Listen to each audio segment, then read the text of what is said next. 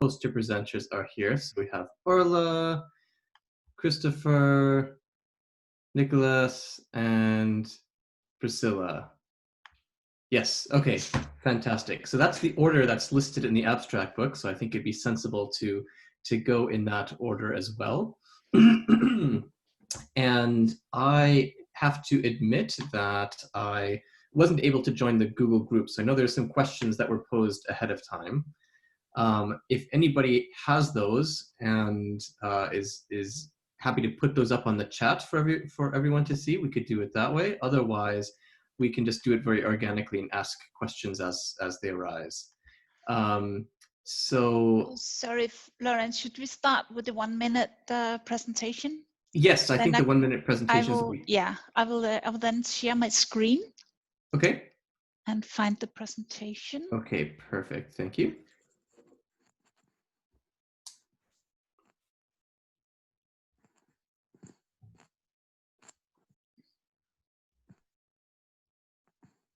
Oh, sorry, I found the wrong one.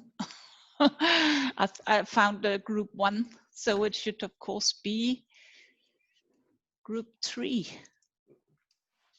Too many groups of interesting posters. Yeah. It is a good problem to have. It's group 3.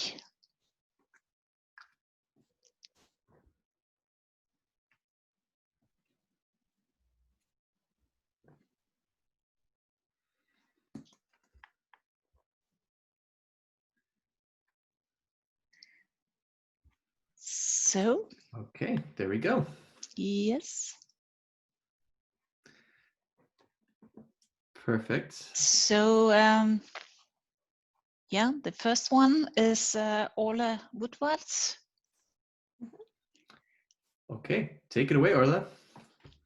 Okay, I'll see if I can get this under a minute, but I'll quickly introduce myself. I'm Orla. I'm a PhD student at the Institute of Metabolic Science, and I'm in the group of Fiona Gribble and Frank Ryman. And I'll be discussing my project today. So insulin-like 5 is an orexigenic hormone which has been shown to be dependent, the orexigenic action of insulin-like 5 has been shown to be dependent on its cognate receptor, which is RXFP4. So my project is looking at where RXFP4 is in the brain and what its function is. So far, I've been using a mouse model to identify where RXFP4 is present in the brain. I've identified a number of regions, the hypothalamus and the hindbrain, which have previously been associated with feeding. And the RXFP4 positive cells in these regions co-localize with neuronal markers, so these are neurons. And so now that I've identified where these neurons are in the brain, I want to understand more about the function of these neurons.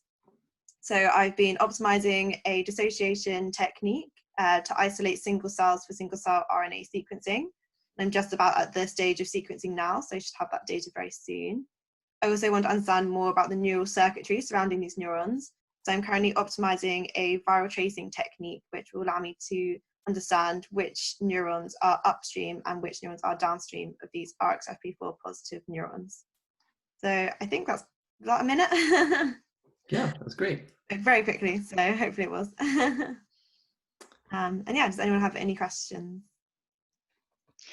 Should we take the questions now, or should we take the 4 1 minutes first? What do you prefer? You know, I think it's as long as we can keep to time. I kind of think as long as everything is fresh in our heads, if we take questions on the posters now, that might be a sensible way to go. So I guess one question I have about this receptor is what is the phenotype of the knockout mouse? So how do we know what the functional importance of this receptor in these brain regions really is? So the knockout mouse doesn't have a very strong phenotype in that it's still viable and fertile and relatively normal looking mouse. You do have a slightly reduced intake of food and also a change in food preference. So in the knockout, you have a shift to a more, I think it's a high fat diet preference. Or no, a reduction in high fat diet, but an increase in high carb diet. So it does suggest that it may be involved in sort of food preference and also food intake. That's the main phenotype observed. Okay, and in terms of what is the signaling signaling cascade downstream of this receptor? Do we know what it's activating? Is it activating these cells, silencing them, and could there be crosstalk with other signaling pathways? That's really important. Yeah, so it's a G protein coupled receptor, and it's GI-GO coupled. So this is usually would usually inactivate neurons because it results in a reduction in CAMP. So there is evidence that activation of this neuron sort of reduces CAMP levels, but we're not sure about in neurons exactly what it does in terms of potentially it could activate neurons via a different circuit later on, or it could be inhibiting the neurons. We're not sure yet, or at least I don't think those studies have been done. Been done in cell lines, looking at CAMP levels. Can I just also ask a question about body weight? Because they change food intake and so on, do you see any changes in body weight? So not in the ARXFP4 knockout mice, you don't see a change in body weight, but you see a change in fat mass. So I think it's sort of total fat mass is reduced slightly. So it could be, again, a change in sort of distribution of fat in the mouse rather than an actual change in body weight. So just a follow-up question from that. So we know that a high carbohydrate diet also has an impact on liver function. So do you know whether there's a crosstalk between the liver and the brain in terms of signaling? I'm not 100% sure, to be honest. I think that there is, but I can't remember. Florian might know more than me. Yeah, it's not that it's jumping straight into my head. I probably should know that. Not in terms of insulin-like 5 or ARXFP4. Insulin-like 5 peptide, it seems to only be produced in the distal colon and in, well, there's some evidence that suggests it's present in the brain, but that's still debated. And I don't think I've tested to see if ARXFP4 is present in the liver, but it does seem to be found throughout the body. So it's likely that it is there, but I need to go back and check. So in terms of the insulin-like 5 ARXFP4 axis, I'm not sure about the liver. But yeah, again, not sure about the liver-brain axis either. Thank you. Sorry, I'll look that up. Very, very good questions, Priscilla. So I just want to encourage everybody this is an open forum, and I think there are no bad questions here. We're all just trying to learn about a variety of different subjects. I mean, we're in this poster session, and we're gonna, there's this poster, there's other ones about skeletal muscle and ones about microbiota. So it's pretty broad ranging. And so please don't be shy to ask questions. I can ask one. Okay. So how is this system or how is this receptor expressed in humans? Do you know anything about that? Or you're right, it's in the mouse brain that you've been looking. So have you any chance to look in human brain or cells from brains? Yeah, I really want to have a look in human brains. So there is evidence that it is present in human brains from our RT-qPCR evidence from quite a long time ago now, sort of like 2003. But I think there hasn't been anything shown recently. But I'd be really keen to sort of do in situ RNA hybridization on human brains and have a look at whether we can pick up ARXFP4 mRNA in human brains, because we've in our lab have previously looked at sort of different mRNA for different receptors in human brains and have been able to show the presence of the GIP receptor and the GLP-1 receptor. So I'd be keen to do something similar in human brains, definitely. Sounds cool. I have another question, just more technical. Just for those that aren't quite familiar with these kind of experiments, how does the GCAMP3 sensor work? How does the staining work for that? So it's a GCAM3 is a calcium indicator, but it's a GFP variant. So it's sort of a combination of the calcium indicator is fused with GFP. So you can use it as calcium indicator, but we're just using it as a GFP variant. So anti-GFP antibodies will bind to the GCAM3 module. And so you can then, use anti-GFP antibody to detect where RXFP4 positive cells are.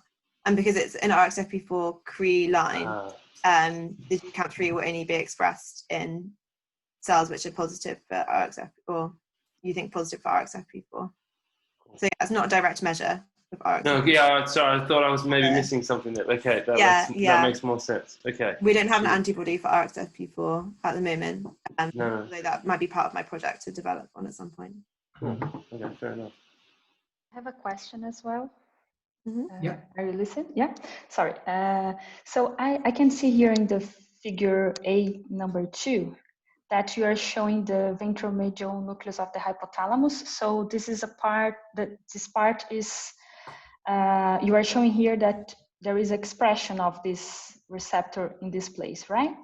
Mm-hmm. So I was wondering, because it's specifically in the ventrolateral part of the VMH that you can see this expression. And this is a different place if we think about the leptin expression, right?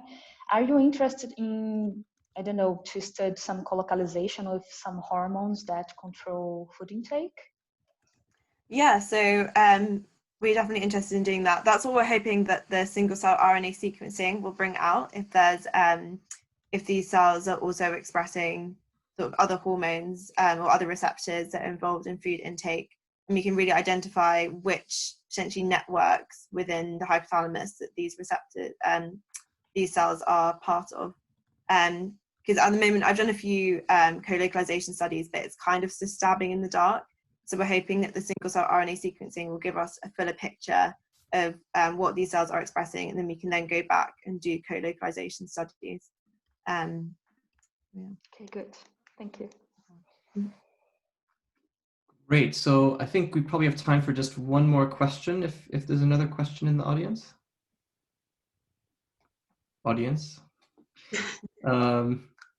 All right, maybe I'll ask the very last one, and that's about the human genetics. So is there any association between either RXFP4 or insulin-like 5 from GWAS or familial studies and obesity, or I guess waist-hip ratio or any other measures of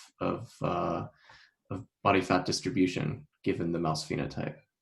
Mm-hmm. So there's only been one study looking at genetics, and that was looking at the correlation between RXFP4 or mutations in RXFP4 and sort of obesity or BMI, but specifically in Caucasian patients on antipsychotic drugs.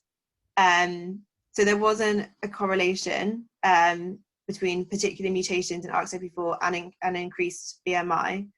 But they didn't really discuss, there hasn't been any other evidence than that one particular study. So I'm not sure it's really come up in the big GWAS studies looking at obesity. All right, great. Well, thank you again very much, Orla. Thank you. Give you my virtual round of applause. So then I guess in the interest of time, let's move on to Christopher, and please take it away whenever you're ready. I'm ready. My name is Christopher. I'm a medical doctor in Denmark.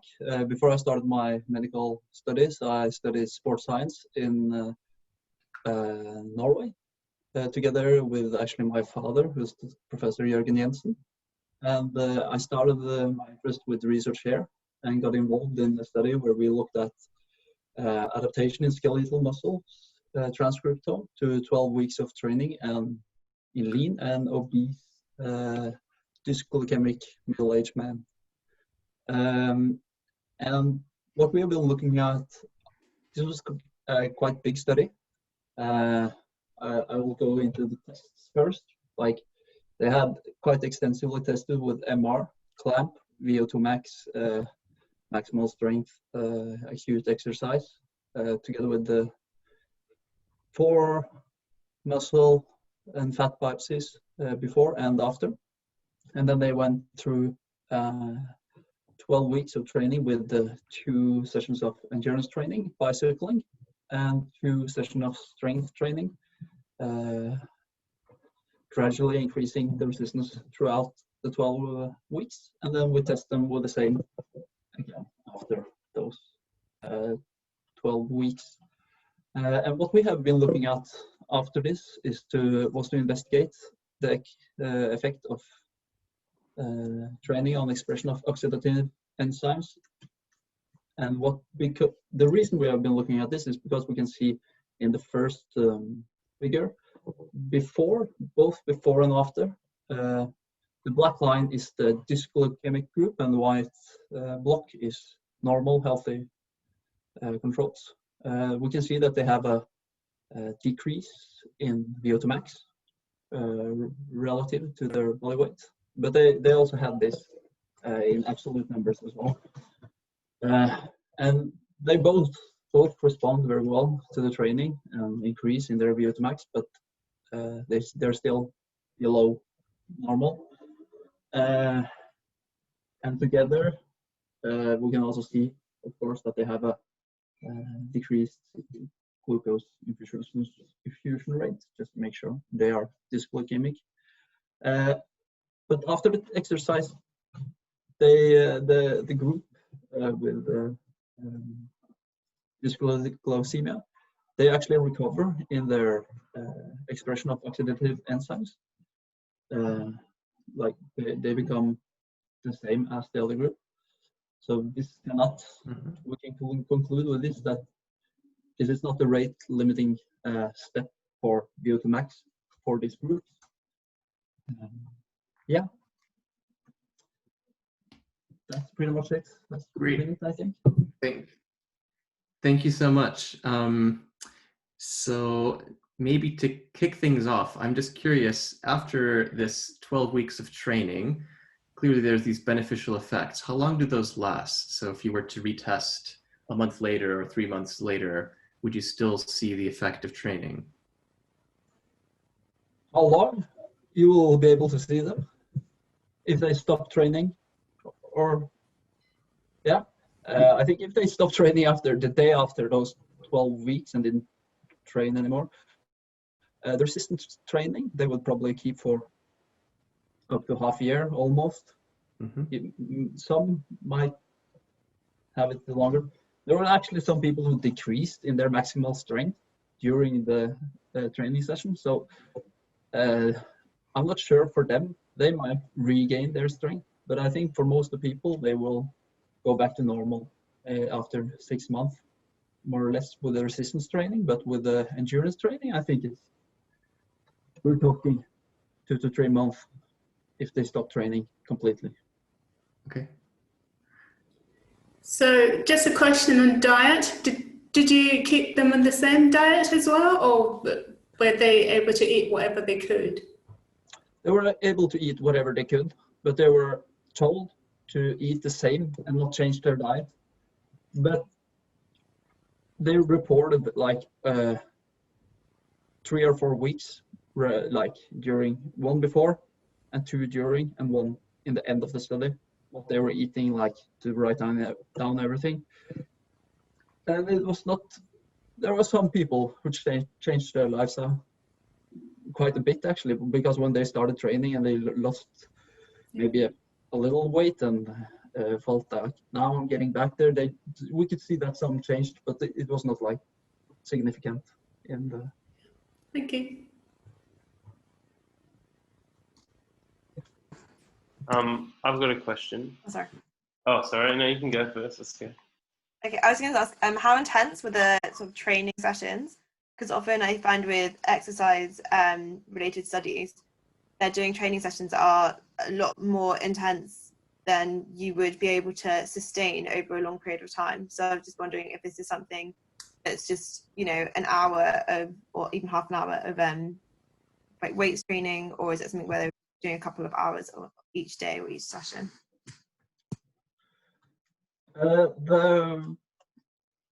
Let's start with the endurance. They were bicycling.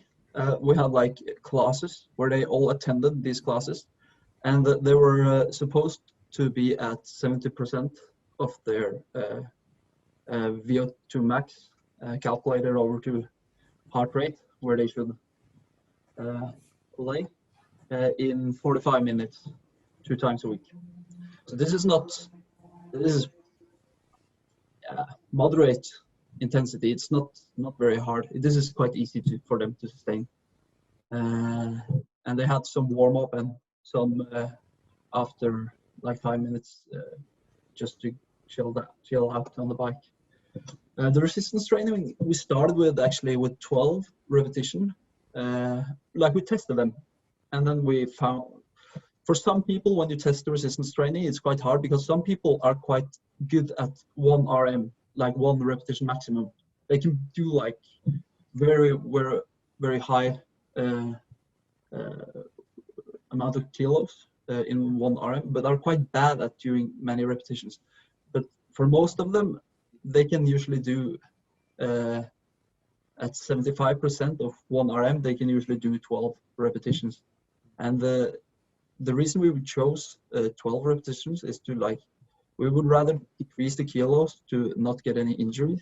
Mm-hmm. So this is like the thought about it, but to increase the strength after 4 weeks, we went down to 10 repetition, and the last 4 weeks we had 8 repetition and increased the kilo gradually.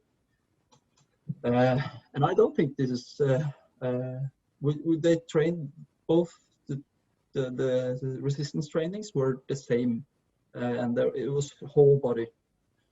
So you did some bench press and some pull down and leg press.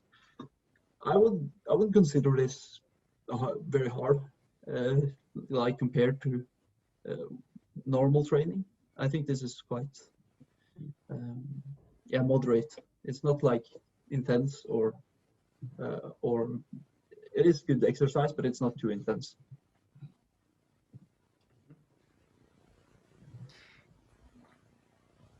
And just Dugal, did you have, or yeah? No, go ahead. I thought like Dugal had a question. Sorry, yeah, I got distracted. Actually, just forgot my question. I got distracted. Sorry, I'll think about it for a sec longer and then get back to you. And then Florian. Yeah, no, I just had a technical question about kind of sources of variability in your study, because obviously there's going to be variability between the individuals, what their diet is, their age, their health status, that sort of thing. But I was also just curious about so presumably you're taking skeletal muscle biopsies to do these measurements. Is that correct? Yeah. Yeah. So does it matter, like if you take from the same individual 2 or 3 biopsies, are those very similar to each? I'm just very naive question because I don't understand this, but is there a lot of variability between those individual biopsies that you would take from a single person? There is, yeah, it is. We do the muscle biopsies on the vastus lateralis on the thigh, outside of the thigh. This is the region is chosen because it's the leg and they like bear the weight, so it's weight bearing, stimulated a lot, and there's no nerves or any big arteries or vessels there.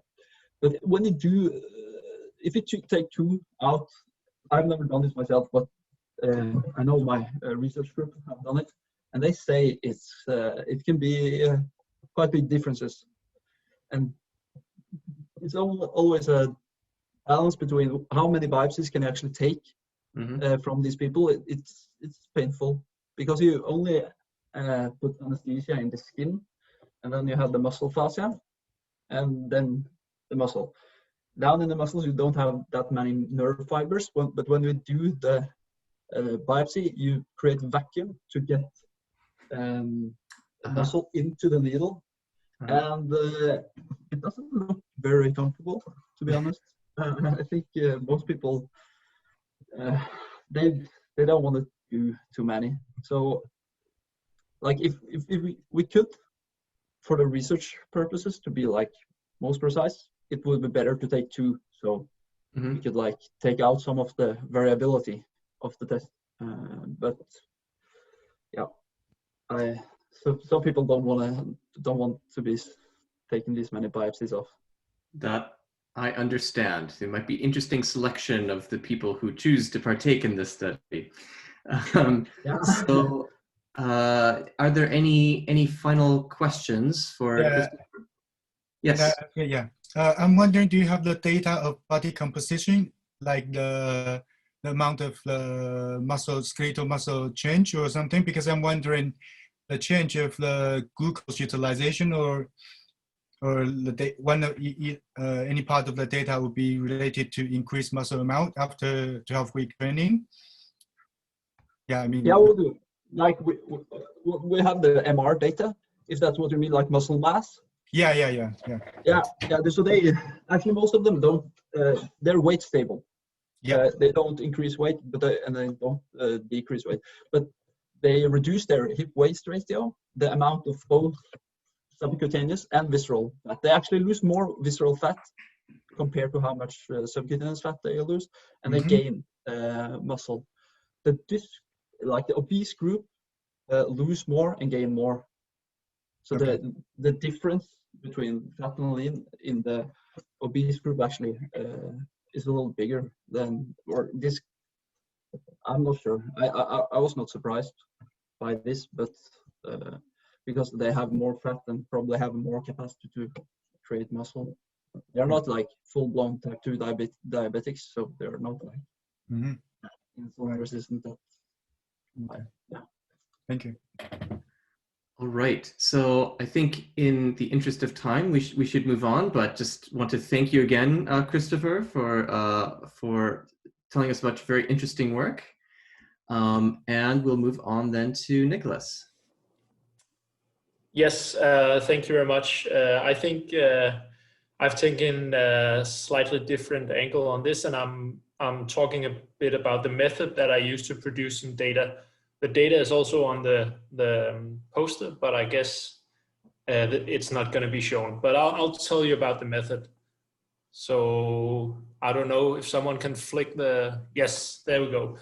So I work in muscle metabolism, and I work with exercise. And one of the models that we use, or methods we use, is to do in situ contractions of muscles in mice.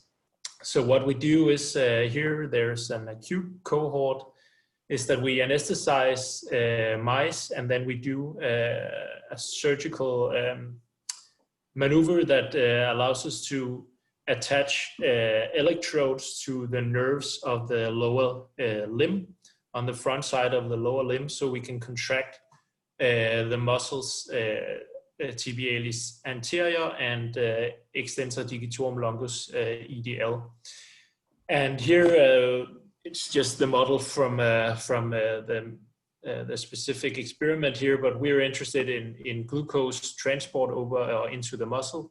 So we can take vein blood samples from the tail of the mouse while the leg is contracting, and we can inject radioactive glucose to measure, for example, glucose uptake over the or in the contracted muscles. And you can press again. What we can also do is to have a recovery cohort, as we call it. So we do the exact same methodology, and then we leave the mouse still under anesthesia, and then we can measure glucose uptake, for example, in the recovering state after the muscle contraction. And I've taken a video of this, and maybe you can press again, Jette, and one more time. So here you can see one electrode on one side of the mouse, so you can see the lower limb is contracting. And here we can do it in a paired setup, so the one leg is contracting on the one side of the mouse, and on the other side it's not contracting. So we can do like a paired design in the same mouse, same genotype or whatever you are investigating. And if you can press one more time. So I just took this method with me because I think it's a great way to study well-controlled contraction-induced effects in vivo. And we don't do this, but I guess you could measure, for example, plasma content of myokines or some other excretions from the muscles. And you could look for effects of contraction on other organs, which can be dissected easily in this setup. So normally we dissect the muscles, but you could just as easily take the liver, the brain, the heart, or the like. So that was my very long 1-minute presentation. Thank you very much, Nicholas. It was too absorbed watching these videos to cut you off. It's a really interesting preparation. It looks technically very difficult. So I was just wondering, what's the advantage of doing it in mice as opposed to a large animal such as a rat? I guess for us, we have a lot of mice readily available, and our stable facilities are set up for mice. Mm-hmm. But if you do it in rats, it would be just as good or even better because you get more tissue and so on. Mm-hmm. But I think also we look a lot into transgenic animals, so we have those in mice. I don't see too many rat models, even though there are some, but I think, yeah, we look into transgenic animals, so the majority of our methods are using mice. But okay, no, that makes perfect sense. Yeah. Mm. I have a question. So, I mean, the contractions themselves, they look solid, but they don't look the same necessarily as like running. So, what kind of level of activity do you think that this simulates? Yeah, so that's a fair question. So I think the contraction in itself in the muscle that we're affecting here is quite harsh. I mean, it's quite a harsh protocol, but it's not like the whole systemic system of the mouse is challenged like crazy. I mean. I think it's a very local work that we're inducing, and that's also why we can compare the one leg to the other, for example. For sure. I mean, more the question of the contraction itself. I guess another way to phrase it would be like how strong is that contraction relative to the kind of contraction you'd see during exercise, just for the one muscle? Yeah, I'm actually not sure. It's a good question. I mean, in principle, we could take markers of, like AMP kinase phosphorylation or stuff like that and measure that in this protocol and compare it to exercising mice. I haven't done that. That's a good question. Cool. Yeah. I have a question as well. Maybe I didn't follow properly. Why do you use the glucose, the radioactive glucose to this experiment? Yeah, so I thought this was like a pitch, and then you could see my poster afterwards. So I have like a specific, I look into transgenic animals to understand how glucose is transported into the muscle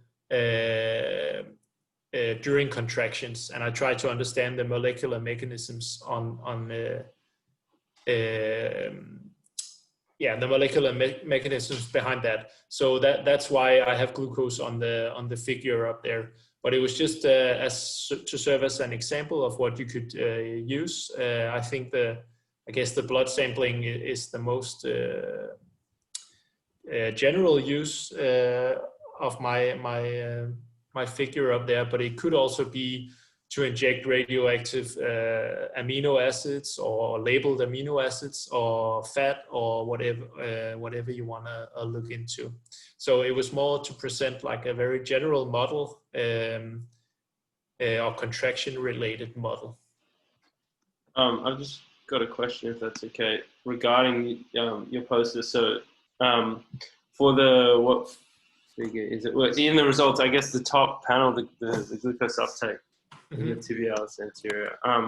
So that's just essentially the first half of your of what you've got on the slide here, right? Which is adding the radiolabeled Yes. Yep. Yeah. So actually, it's the acute cohort. So the top here is what we've done is, so we've what we call sham is that we open up into the nerve in the non-contracting muscle. So, and then the only thing that's the difference is whether we put on the electrode or not. So the sham is the control, you could say, and the contraction is the contracted muscle, obviously. But the sorry, keep going. Yeah, so so what we do is that we inject the radio-labeled glucose, and then we can measure glucose uptake within these 10 minutes of contractions. Okay, yeah, so the contraction, so the top panel of contraction, and recover, sorry.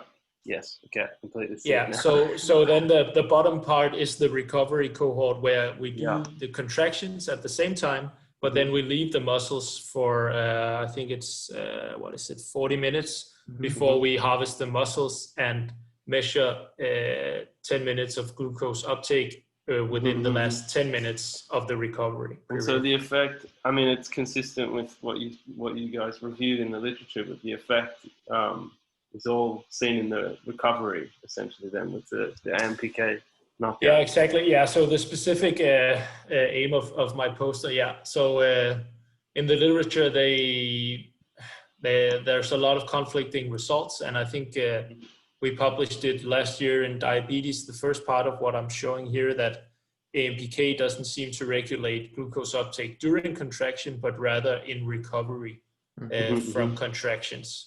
Which is quite in contrast to what has been proposed many times before. Yeah. But often in those studies, they have measured glucose uptake into recovery.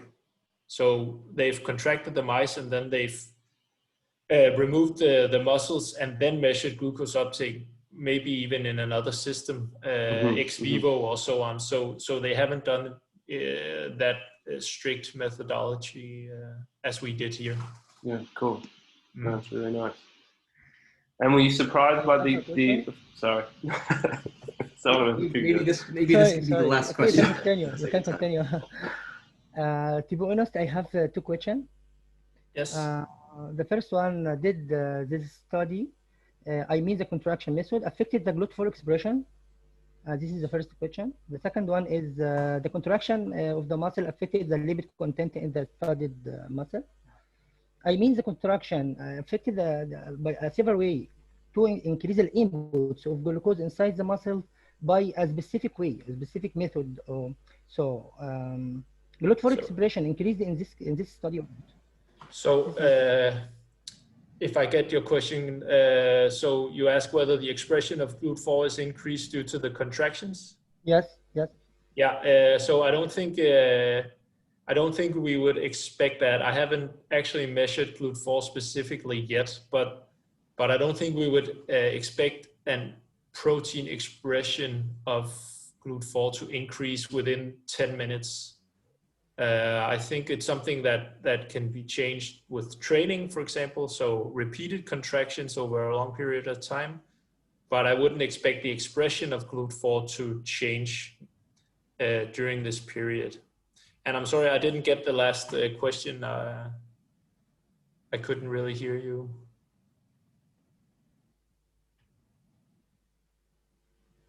I think also we need to move on to the next. Because there's only 10 minutes left. Yeah, okay. So thank you very much, Nicholas. And now we'll move on to the last speaker, which is Priscilla. Okay, so hi everyone. This is going to be a little bit different from what has been presented before, but you're going to have to bear with me because I think it's still important. So, the main concentration is on TMA. Actually, I have named the title Microbial Conversion of Choline to Carnosine to TMA in the gut and the risk factors for metabolic disease. And the reason why I'm looking at TMAO is because TMAO is trimethylamine, it's a gut microbial metabolite, and its levels have been a range of metabolic diseases, as you can see here. But what's interesting also is that people who have had heart failure, actually you can look at their plasma levels and predict that they will die within a year to 3 years' time by just looking at the plasma levels. And what's tragic is that actually doctors can't do anything at the moment because traditional medications actually don't work. So I just want to introduce how TMAO is produced. So TMAO is produced from TMA. TMA itself is a metabolite of choline here. I'll just put a point, I think, see.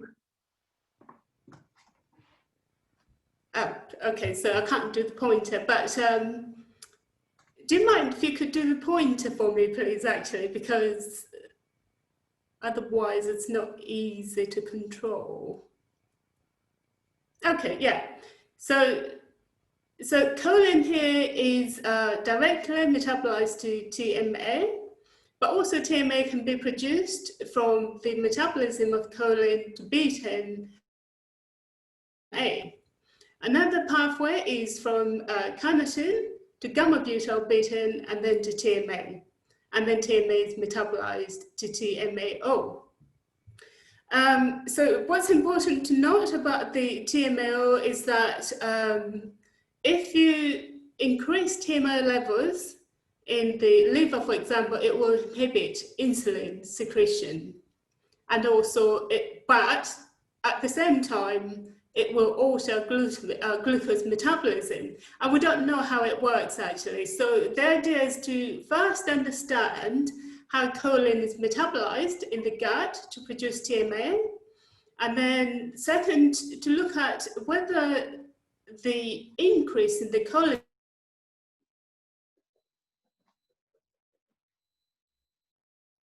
metabolism in the gut, and also the amount of carnitine going to the host. What's important about the choline is that if you want a mouse to show symptoms of hepatic steatosis or fatty liver disease, actually use choline metabolism, choline production or supplementation.